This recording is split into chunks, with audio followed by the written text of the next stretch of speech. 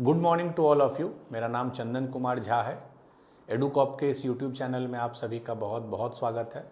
जैसा कि आप सभी जानते हैं, इस चैनल पे जेई मेंस, जेई एडवांस्ड और नीट की फ्री ऑफ कॉस्ट तैयारी कराई जाती है, जिसमें फिजिक्स आप लोग को अजीत सर पढ़ा रहे हैं, जो अभी इलेक्ट्रोस्टैटिक्स पढ़ा रहे हैं। मैथ्स मैं पढ़ा रहा हूँ आप लोग को। मैथ्स में हम लोग परम्यूटेशन एंड कॉम्बिनेशन कर रहे हैं। आज उसका लेक्चर नंबर 8 है। हम लोग बेसिक फाउंडेशन, परम्यूटेशन, कॉम्बिनेशन, उसके फार्मूला हमने डिस्कस कर लिया है। आज हम लोग एक मेथड जिसको बोलते हैं बंडल मेथड, ऑलरेडी इस पे हमने क्वेश्चंस पहले भी किया है, बट सेपरेटली बंडल मेथड को हम लोग पढ़ेंगे। और कल हम लोग पढ़ेंगे गैप मेथड। ये दोनों बहुत इंपॉर्टेंट है। नया कुछ भी नहीं है, बस नाम नया है, लॉजिक सेम है जो पिछले क्लास 1 से हम लोग फर्स्ट क्लास से करते आ रहे हैं। ठीक है। एंड आफ्टर दैट कल के बाद हम लोग धीरे धीरे कुछ कुछ PYQs करने लगेंगे। ठीक है। तो विदाउट वेस्टिंग मच टाइम, ठीक है, as the name suggest, bundle मतलब जैसे हम लोग बोलते हैं चार सामान का, चार लकड़ी का एक बंडल हो गया। मतलब कुछ ऑब्जेक्ट्स को हम लोग एक साथ रखेंगे।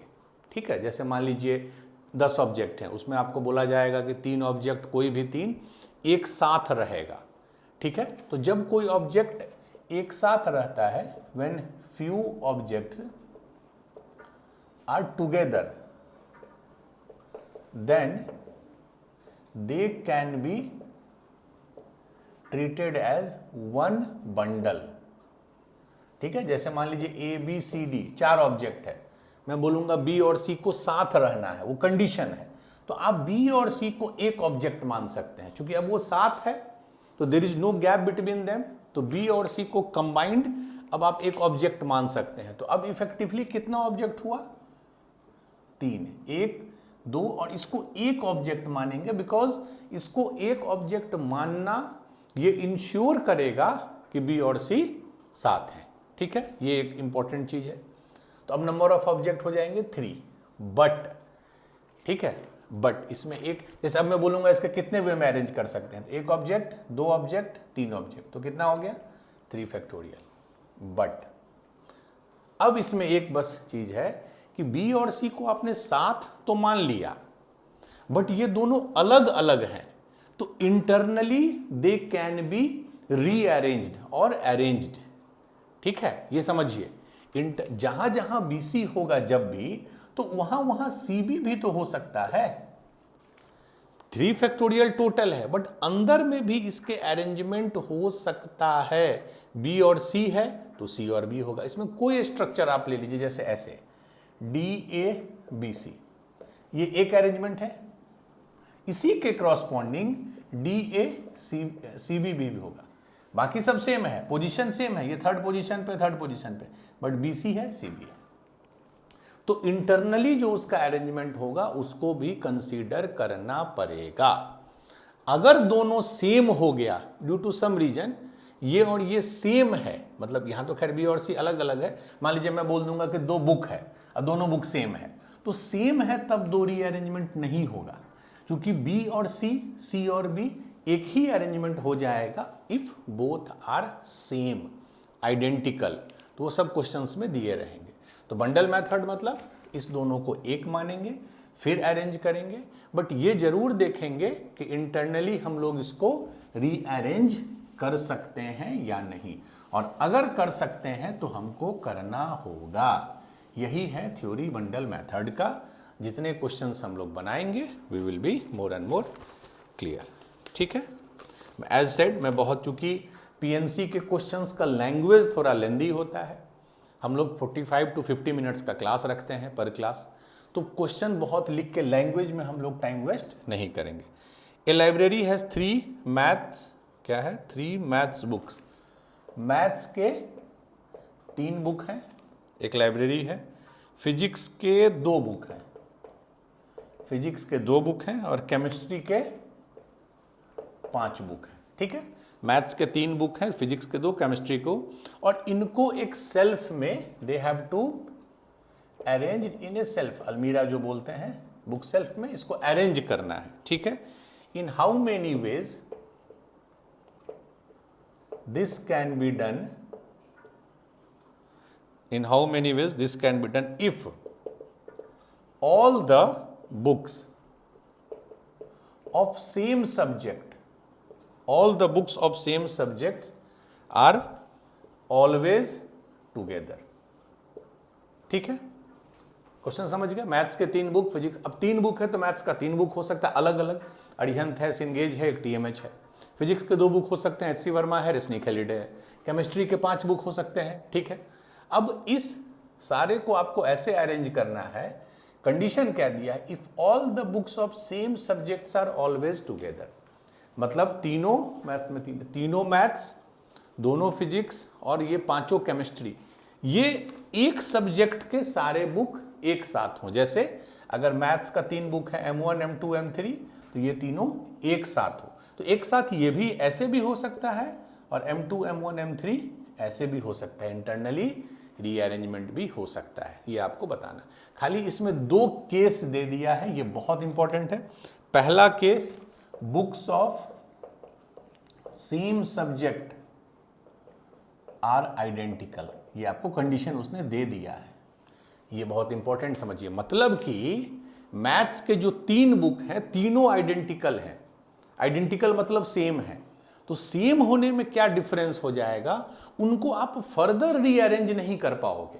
अरे अगर 3 सेम बुक है आपके पास तो कौन पहले कौन बाद में आया, इट हैज नो मीनिंग। ठीक है, तो अगर तीनों बुक मतलब उस सब्जेक्ट के सारे बुक अगर सेम है, आइडेंटिकल है, तो further rearrangement is not possible. ठीक है, चलिए तो इसका कितना आंसर होगा। अब देखिए, मान लीजिए मैं मैथ्स का 3 बुक लिया, मैं लिख रहा हूं अभी, फिजिक्स का 2, केमिस्ट्री का 5, ये 10 बुक है आपके पास। इसका क्या बोलना है, all the books of same subject are together, मतलब ये तीनों साथ में होंगे, ये दोनों साथ में होंगे और ये 5 साथ में होंगे। तो इफेक्टिवली अब आपके पास कितना ऑब्जेक्ट है, 1, चूंकि ये साथ में, 2 ये और ये, तो इफेक्टिवली आपके पास 3 ऑब्जेक्ट है। तो 3 ऑब्जेक्ट को अरेंज करने का क्या तरीका होता है, that is 3 factorial. n object में n के सारे ऑब्जेक्ट को अरेंज करने का तरीका n फैक्टोरियल होता है। ठीक है, ये तो हो गया, 6 वे होगा। अब ये सोचिए कि क्या इसमें फर्दर रीअरेंजमेंट हो सकता है। जैसे M1, M2, M3 है, M1, M2, M3 है। अब अगर हम M3, M2, M1 भी कर दें, M3, M2, M1, तो ये भी तो सेम हो गया क्योंकि तीनों बुक सेम है। ठीक है, तो effectively there is no internal rearrangement, तो 3 factorial will be your final answer. ठीक है, ये समझ लीजिए, क्योंकि इसमें अब सेम क्वेश्चन में अगर सेकंड पार्ट क्या है, देखिए, books of same subject are different.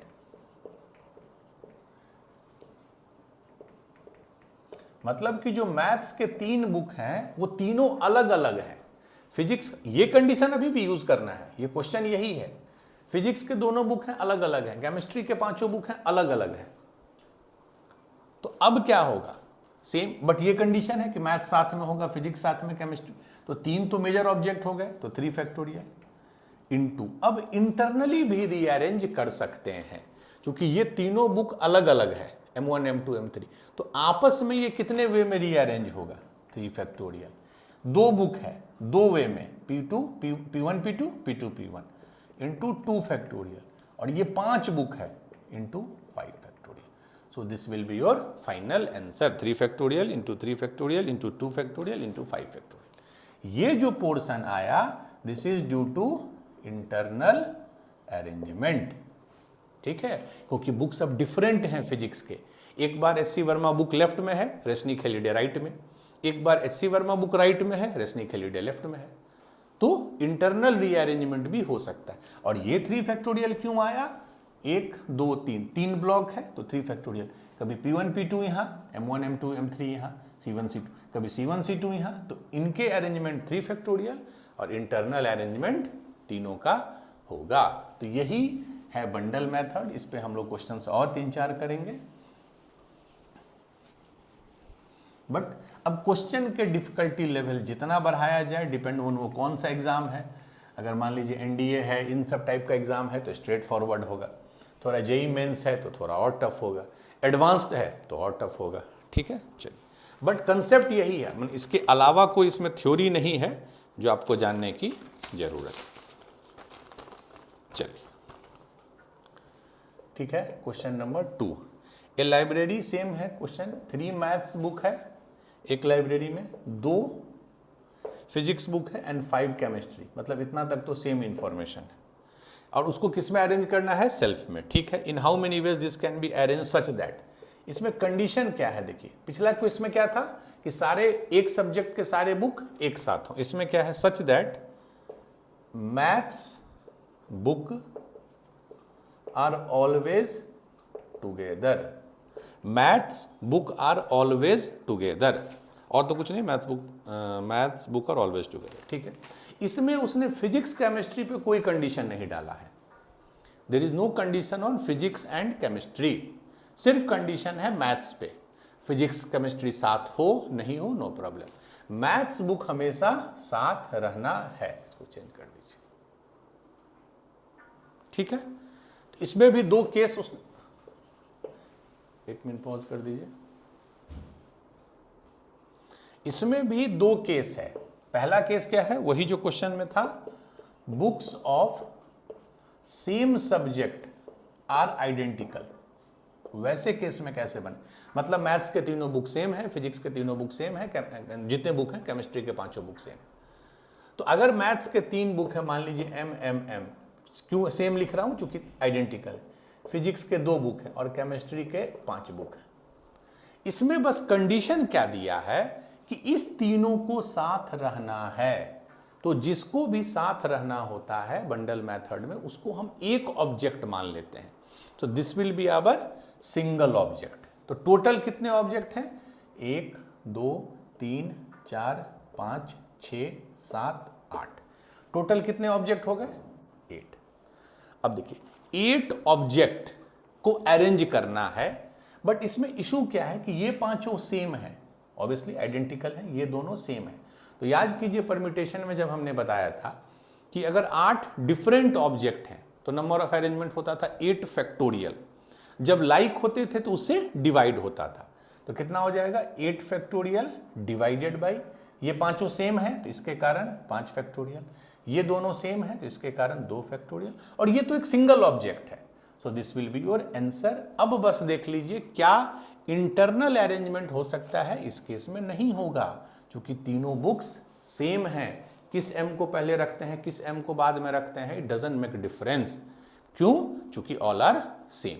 सो ये आपका 8 factorial by 5 factorial 2 factorial will be your answer, ठीक है। इसी क्वेश्चन में सेकेंड पार्ट क्या है? चलिए, बुक्स ऑफ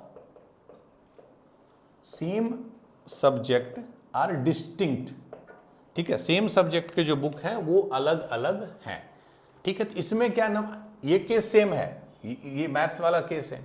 इसमें क्या होगा? M1 M2 M3 physics P1 P2। अब ये ऐसा हो गया बुक, मतलब मैथ्स के तीनों बुक अलग, फिजिक्स के दोनों बुक अलग, केमिस्ट्री के 5 बुक अलग है। और ये कंडीशन इसमें भी है कि ये तीनों सेम होंगे। तो इसको तो एक ऑब्जेक्ट मानेंगे। तो अब कितने ऑब्जेक्ट हैं? 1 2 3 4 5 6 7 8, ठीक है। कितने ऑब्जेक्ट हो गए? 5 + 2 7 और 8। तो 8 ऑब्जेक्ट को अरेंज करने का क्या होगा? 8 फैक्टोरियल। यहां डिवाइड नहीं करेंगे क्योंकि यहां सारा डिफरेंट है, ये 5 डिफरेंट है, ये दोनों डिफरेंट है, और ये तो बेचारा सिंगल है। तो 8 फैक्टोरियल है, बट इसमें इंटरनली रीअरेंज होगा, क्योंकि M1 M2 M3 आपस में भी रीअरेंज हो सकते हैं इनटू 3 फैक्टोरियल। कभी M1 इधर, कभी M2 उधर। Answer will B 8 factorial into 3 factorial. ये हो गया ऑब्जेक्ट्स के कारण, और ये हो गया इंटरनल अरेंजमेंट इसका, क्योंकि तीनों डिफरेंट डिफरेंट है, ठीक है। तो answer will B 8 factorial into 3 factorial, ठीक है। तब देख रहे हैं कैसे क्वेश्चन को सोचा जाता है, ठीक है। हम लोग जो क्वेश्चन कर रहे हैं mostly are of mains level अभी, ठीक है, बट इसी कंसेप्ट को थोड़ा सा यूज करके क्वेश्चन को और कॉम्प्लिकेटेड एडवांस में किया जा सकता है। चलिए, नाउ क्वेश्चन नंबर 3। ये क्वेश्चन बहुत इंपॉर्टेंट है। ओनली रीजन इज इसमें 3-4 सब क्वेश्चन है, और आपका सारा कंसेप्ट जो है एक क्वेश्चन से ही क्लियर हो जाएगा। चलिए, in how many ways the क्या है ऑफ द वर्ड, वर्ड है इमेजिनेशन, IMAGIN,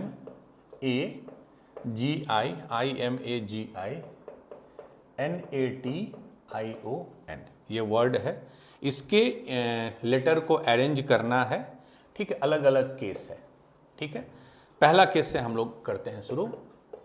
बोथ ए, मतलब जो दो ए होगा ना, ये बोथ ए आर टुगेदर, ठीक है, बोथ ए आर टुगेदर।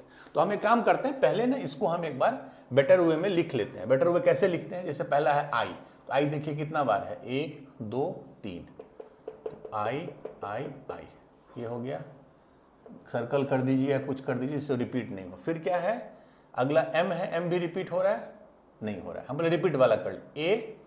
ए हो रहा है ना, एक बार 2 बार, ए को भी हमने कंसीडर कर लिया। अब देखिए जी रिपीट नहीं हो रहा, एन हो रहा है, एन 2 बार, एन को भी हटा दीजिए, तो कितना हो गया, 3 2 5 2 7, बचा क्या क्या, यहीं पे लिख रहे हैं हम। फिर एम, ये single time, G T O, total कितना है, 1 2 3 4 5 6 7 8 9 10 11, इधर 3 2 5 2 7 4 11, MGTO, ठीक है, यही हमारा वर्ड है। इसको हमने क्यों इस वे में लिखा, अब हमको बड़ा सिंपल दिखने में लग रहा है कि आई 3 बार है, ए 2 बार है, एन 2 बार है, बाकी सब डिफरेंट है, ठीक है। तो इसी को हम लोग पहला स्टेप में करके रख देते हैं।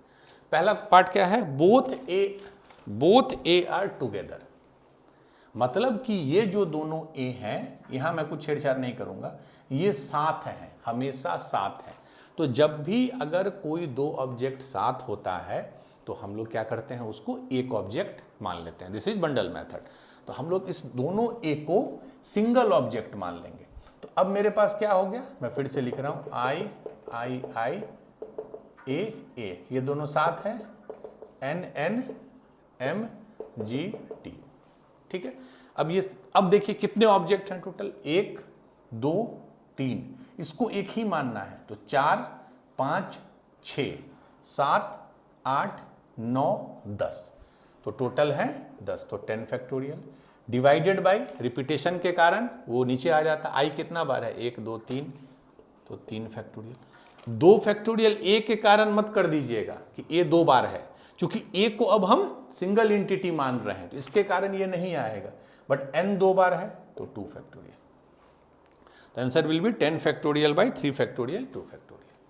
ये मत कर दीजिएगा 2 फैक्टोरियल और कि सर ए भी तो 2 बार है, नहीं, ए 2 बार नहीं है।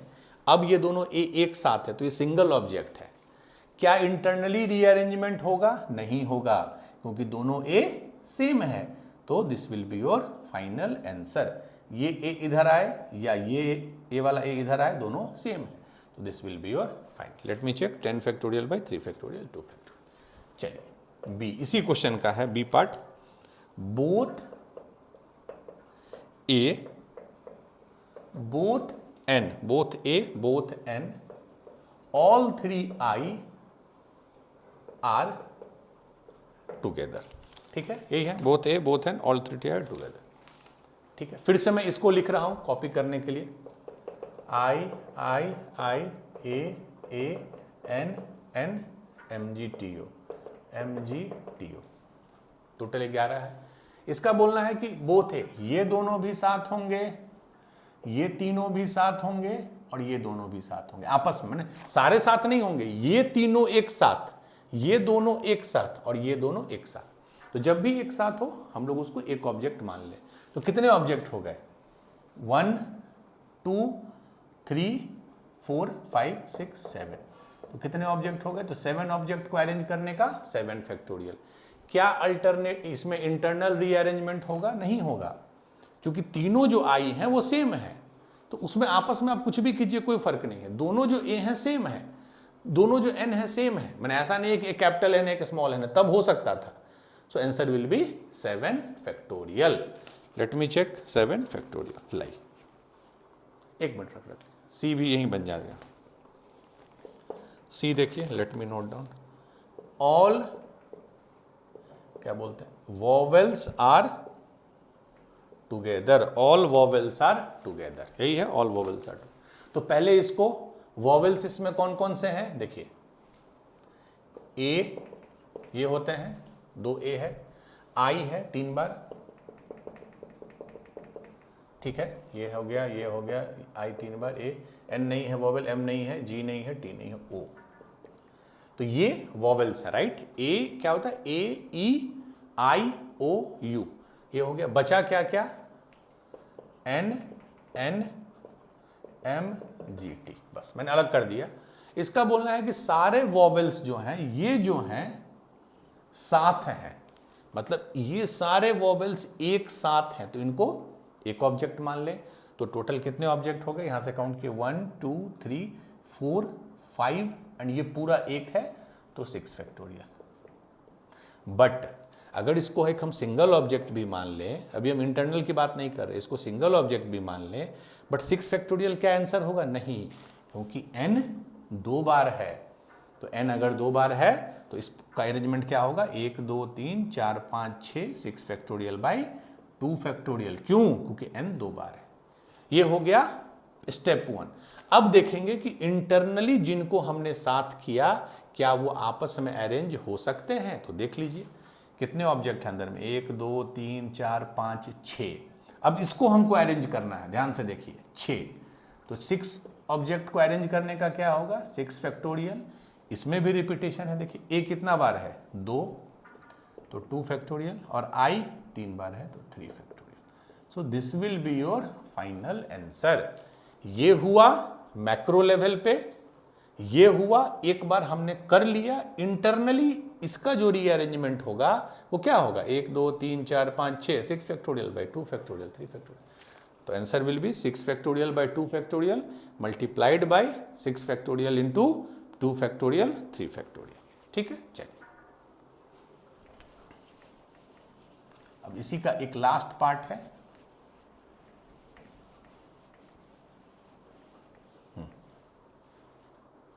लास्ट है डी।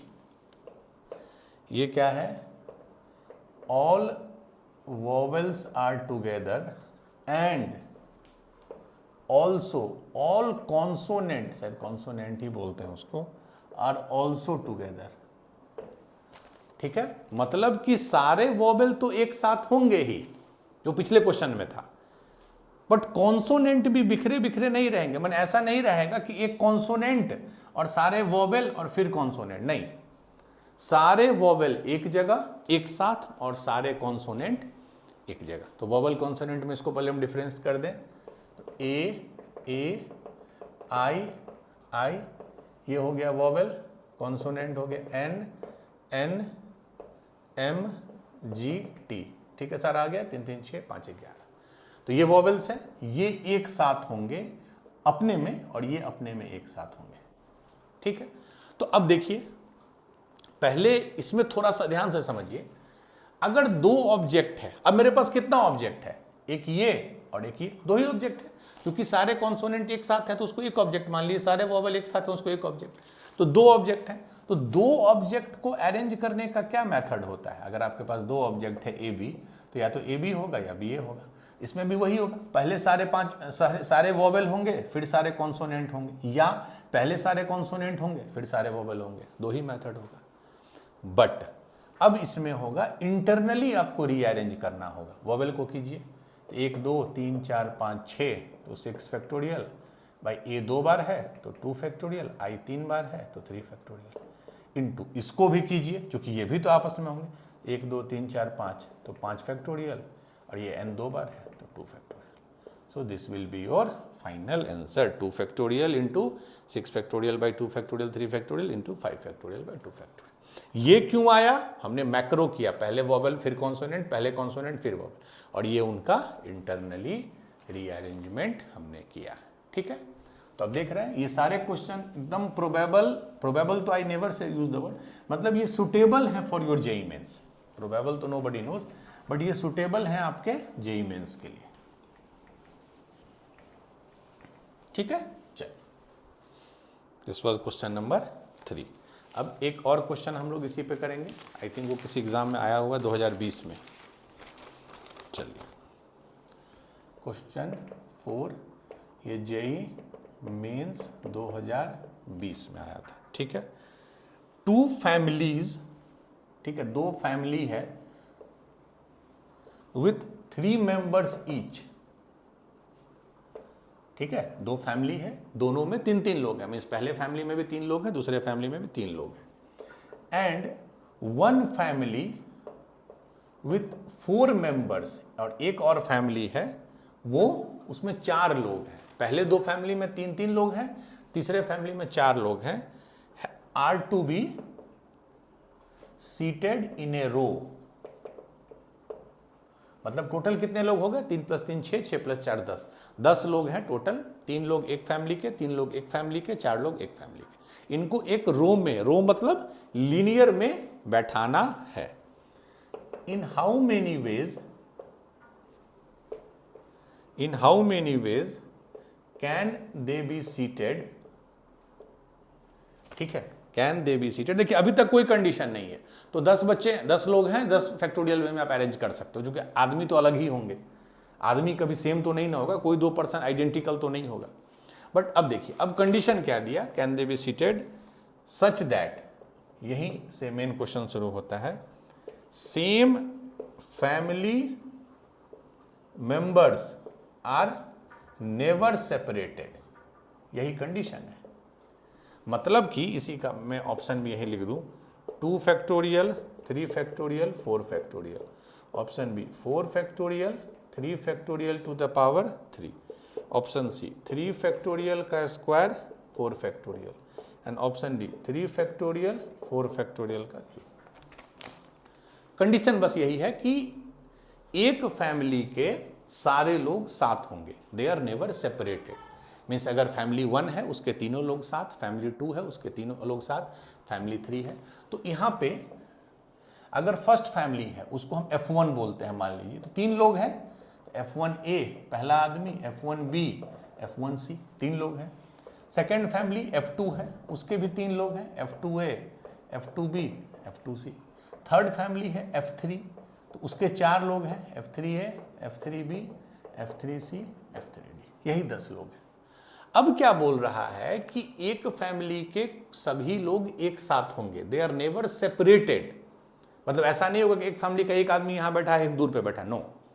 मतलब कि ये तीनों एक साथ बैठेंगे, ये तीनों आपस में एक साथ बैठेंगे, ये चारों आपस में एक साथ बैठेंगे। सेम चीज हो गया बंडल मेथड। अगर ये तीनों एक साथ बैठेंगे तो ये एक ऑब्जेक्ट हुआ, ये तीनों एक साथ बैठेंगे, एक ऑब्जेक्ट हुआ, ये तीनों एक साथ, सॉरी ये चारों एक साथ बैठेंगे, एक ऑब्जेक्ट हुआ। तो टोटल कितने ऑब्जेक्ट्स हो गए? 1 2 3। Answer will B 3 factorial macro level पे। अब इंटरनली आप देखिए, ये तीनों एक साथ तो हैं, बट आपस में भी ये कितने वे में रीअरेंज हो सकते हैं? 3 लोग हैं एंड तीनों डिफरेंट हैं ऑब्वियसली, तो 3 फैक्टोरियल। ये 3 लोग हैं, ये भी आपस में 3 फैक्टोरियल। ये 4 लोग हैं, ये आपस में 4 फैक्टोरियल। और हर जगह प्रोडक्ट क्यों होता है? क्योंकि ये सक्सेशन में होगा, they are related with each other. तो फाइनल आंसर यही हो गया। तो ये कितना हो गया? 3 फैक्टोरियल कितना बार है? 1 2 3, तो ये 3 बार हो गया। एंड 4 फैक्टोरियल 1 बार। तो ये देखिए कौन सा है? 4 factorial multiplied by 3 factorial, B is the answer. ठीक है, तो जब भी बंडल मेथड आप कीजिएगा तो एक तो मैक्रो लेवल पे ओवरऑल कीजिएगा, और उसके बाद फिर ये देखिएगा कि इंटरनली उनका रीअरेंजमेंट कितनी बार पॉसिबल है। अगर इंटरनली सारा सेम है तब तो रीअरेंजमेंट नहीं होगा, सारा डिफरेंट है जैसे अभी था तो होगा, बीच बीच का है तब भी होगा, बट उसके डिनोमिनेटर में हम फिर जितने टर्म रिपीट हो रहे हैं उससे डिवाइड करते हैं, जो हमने किया है। तो दिस वाज बंडल मेथड। हमने 3-4 इसमें अच्छे क्वेश्चंस किए। अब अगले क्लास में, अगले लेक्चर में we will do gap method. वो इससे थोड़ा ज़्यादा इंपॉर्टेंट है। ठीक है, gap method is very very important, और उससे क्वेश्चंस ज़्यादा आते हैं। बंडल मेथड थोड़ा इजी है। इजी क्यों है? क्योंकि आप उसको एक साथ ले लेते हो, तो उसको एक ऑब्जेक्ट मान लेते हो। But next class we will do gap method. ठीक है, अब एक क्वेश्चन मैं दूंगा आपको जो मुझे लगता है जेई 2006 या 7 में एडवांस्ड में आया था। बहुत सिंपल क्वेश्चन है, it will take hardly 2 minutes. 2007 में आया था। जेई एडवांस में आया था। एडवांस में भी देखिए मैंने पहले भी बोला है, एडवांस में 50% थंब रूल ऐसे समझिए, अगर 10 क्वेश्चन है तो 5 क्वेश्चन है जो अच्छे से जिन्होंने पढ़ाई की है वो कर लेंगे, और वो काफ़ी है। 40 to 50% मार्क्स अगर आप ले आते हो एडवांस्ड में तो you will get very top score, rank 1000, 2000, 3000 में आ सकता है। रिमेनिंग 50% टफ है, दे आर रियली टफ, उसको करने के लिए आपको बहुत एक्स्ट्रा करना पड़ेगा। ठीक है, तो इसमें सिंपल सा क्वेश्चन क्या था, एक वर्ड है CO कोचीन, COCHIN, बस ये बोल रहा है डिक्शनरी में कि जब भी डिक्शनरी में इसको अरेंज करेंगे तो कोचीन वर्ड से पहले कितने वर्ड होंगे, मतलब इसका रैंक क्या होगा। ठीक है, तो इसको पहले अल्फाबेटिकली अरेंज कर लें, CCHIN,